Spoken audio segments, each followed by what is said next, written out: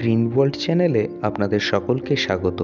কিছুদিন আগে ছাদ বাগানের কাশ্মীরি আপেল কুল গাছে মিশ্র জৈব সার প্রয়োগের ভিডিও আপনাদের সাথে শেয়ার করেছিলাম।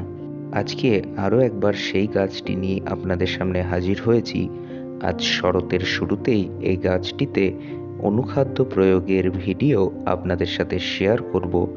শরতের একদম শুরুতেই বাড়ির ছাদে টবে বসানো এই আপেল কুল গাছটিতে ইতিমধ্যে কুঁড়ি দেখা দিতে শুরু করেছে, আর কিছুদিনের মধ্যেই সম্পূর্ণ গাছটি নতুন প্রচুর কুঁড়িতে একদম ভরে উঠবে। এখনই উপযুক্ত সময় এই গাছে অনুখাদ্য প্রয়োগ করার। এর কারণ, যখন প্রচুর পরিমাণে কুঁড়ি এই গাছে চলে আসবে এবং সেগুলো থেকে গাছ ভরে ফুল ফোটা শুরু হবে, তখন এই গাছে কোনো কিছু স্প্রে করা যাবে না।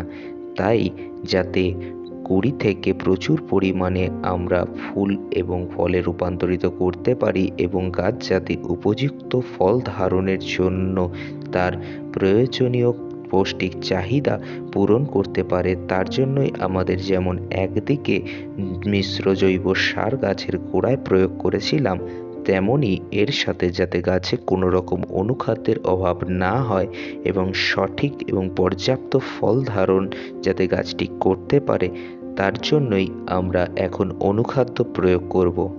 এ প্রসঙ্গে আপনাদের বলে রাখি যে আমরা গাছের গোড়ায় যতই সার প্রয়োগ করি না কেন, তার থেকে গাছের প্রয়োজনীয় সমস্ত রকম খনিজ উপাদানের চাহিদা পূরণ হয় না, এবং তার জন্যই কিছু কিছু খনিজ উপাদান আমাদের বাহ্যিকভাবে এইভাবে অনুখাদ্য রূপে গাছে প্রয়োগ করতে হয়।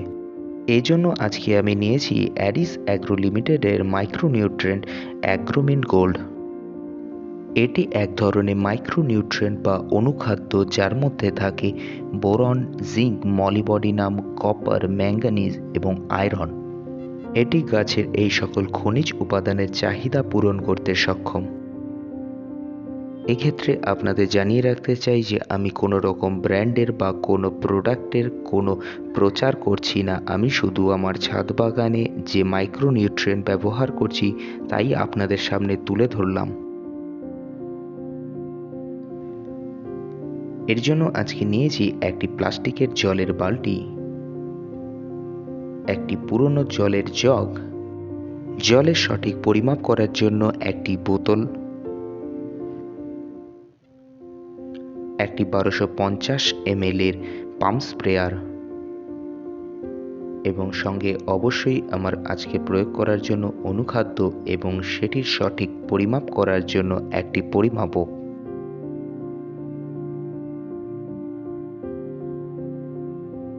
আজকে এই আপেল কুল গাছে অনুখাদ্য স্প্রে করার জন্য আমি বালতিতে 2.5 লিটার পরিমাণ জল নিয়ে নিচ্ছি। এর সঠিক পরিমাপ 1 ml প্রতি লিটার, অর্থাৎ আজকে যখন আমি এখানে স্প্রে করার জন্য 2.5 লিটার পরিমাণ জল ব্যবহার করছি, তখন এর মধ্যে 2.5 ml পরিমাণই অনুখাদ্য ব্যবহার করব। আপনারাও যদি আপনাদের বাড়ির ছাদ বাগানে এই অনুখাদ্য গাছে ব্যবহার করতে চান, তাহলে মনে রাখবেন যে এই পরিমাণের বেশি কখনোই ব্যবহার করবেন না। প্রতি লিটার জলে 1 ml পরিমাণই ব্যবহার করবেন। এর আগে আমার চ্যানেলে একাধিক আম গাছের ভিডিও আপনাদের সাথে শেয়ার করেছিলাম এবং ফলনসহ সেই সমস্ত গাছের ভিডিও আপনারা অনেকে দেখেছেন। আমি এই অনুখাদ্য সেই সমস্ত গাছে ব্যবহার করে অনেক সুফল পেয়েছি। এছাড়াও গত বছর এই অনুখাদ্য এবং মিশ্র জৈব সারের গুণে আমার এই আপেল কুল গাছই বেশ ভালো পরিমাণ ফলন আমাকে উপহার দিয়েছিল। কিন্তু যেহেতু আমার চ্যানেলটি একদমই নতুন, তাই গত বছরের কোনো ভিডিও আপনাদের সামনে শেয়ার করতে পারিনি, কিন্তু এবছরের ফলনের ভিডিও অবশ্যই আপনাদের সাথে শেয়ার করব। জলের সাথে খুব ভালোভাবে মিশিয়ে নেওয়ার পরে পাম্প স্প্রেয়ারে ভরে এই অনুখাদ্য সম্পূর্ণ কুল গাছে খুব ভালোভাবে স্প্রে করে দিতে হবে। এছাড়াও আপনারা বাজারে অন্যান্য বিভিন্ন কোম্পানির অনুখাদ্য বিভিন্ন নামে পেয়ে যাবেন, সেগুলিরও গুণগত মান অত্যন্ত ভালো। আপনারা তার মধ্যে থেকেও আপনাদের পছন্দ মতো অনুখাদ্য সংগ্রহ করে আপনাদের ছাদ বাগানে অনায়াসে প্রয়োগ করতে পারেন। যে কোনো গাছে এই অনুখাদ্য প্রয়োগ করার সবথেকে উপযুক্ত সময় একদম ভোরবেলা অথবা একদম বিকেলবেলায়। শুধুমাত্র গাছে অনুখাদ্য প্রয়োগই নয়, গাছে কীটনাশক প্রয়োগ অথবা গাছে কোনো রকম পিজিআর ব্যবহারের সময়ও আমরা এই একই পদ্ধতি অবলম্বন করব।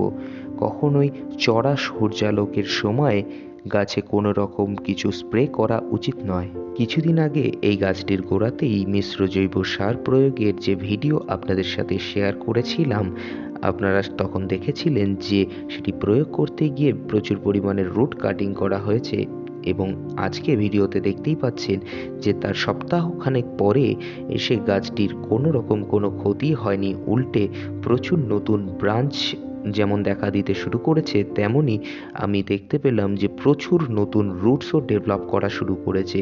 এতে আমার ফুলের সংখ্যা যেমন বৃদ্ধি পাবে, তেমনি ফলনও আরেকদিকে প্রচুর পরিমাণে বাড়াতে সক্ষম হব। গাছটিতে সবে মাত্র কুঁড়ি আসতে শুরু করেছে এবং এই পর্যন্ত সমস্ত যত্ন পরিচর্যা আপনাদের সাথে শেয়ার করলাম। এর পরবর্তী ভিডিওতে আপনাদের সামনে নিয়ে আসব যে গাছে যখন ফল দাঁড়াতে শুরু করবে তারপরে কি কি যত্ন পরিচর্যা আমাদের প্রয়োজন রয়েছে তার ভিডিও নিয়ে।